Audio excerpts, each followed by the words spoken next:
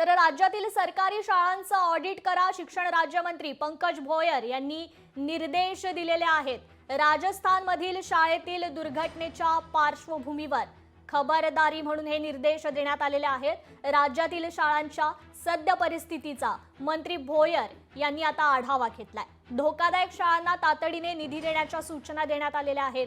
तसेच जिल्हा नियोजन निधीमधून आता या शाळांची डागडुजी देखील करण्यात येणार आहे। राजस्थान राज्यातल्या झालावाड जिल्ह्यामध्ये एक सरकारी शाळा कोसळली आणि त्याच्यामध्ये दुर्दैवी 4 विद्यार्थ्यांचा मृत्यू झाला आणि 17 विद्यार्थी जवळजवळ त्या ठिकाणी जखमी अवस्थेत आहेत। त्यांच्यावर त्या ठिकाणी इलाज देखील चालू आहे। परंतु अशी परिस्थिती महाराष्ट्रामध्ये कधी येऊ नये आणि आता सध्या पाऊस देखील फार मुसळधार अनेक ठिकाणी जोरदार पाऊस आणि वारा चालू आहे। आज तातडीनं आपण बैठक घेतली। सर्व उपाययोजना म्हणजे ज्या ज्या शाळा कमजोर असतील किंवा काही मोडकळीस आल्या असतील त्या सर्व इमारतींचं ऑडिट करण्याकरता त्या ठिकाणी लावलं आणि प्रायोरिटीमध्ये साधारणतः ह्या शाळेंचं बांधकाम करण्याकरता आपण जिल्हा नियोजन समितीमधून निधी देत असतो। तर त्या ठिकाणी प्रायोरिटी ठरवून ज्या शाळेची इमारत धोकादायक आहे त्याचं ऑडिट करून पहिले त्या शाळांना निधी द्यावा अशा सूचना त्या ठिकाणी देण्यात आलेल्या आहेत।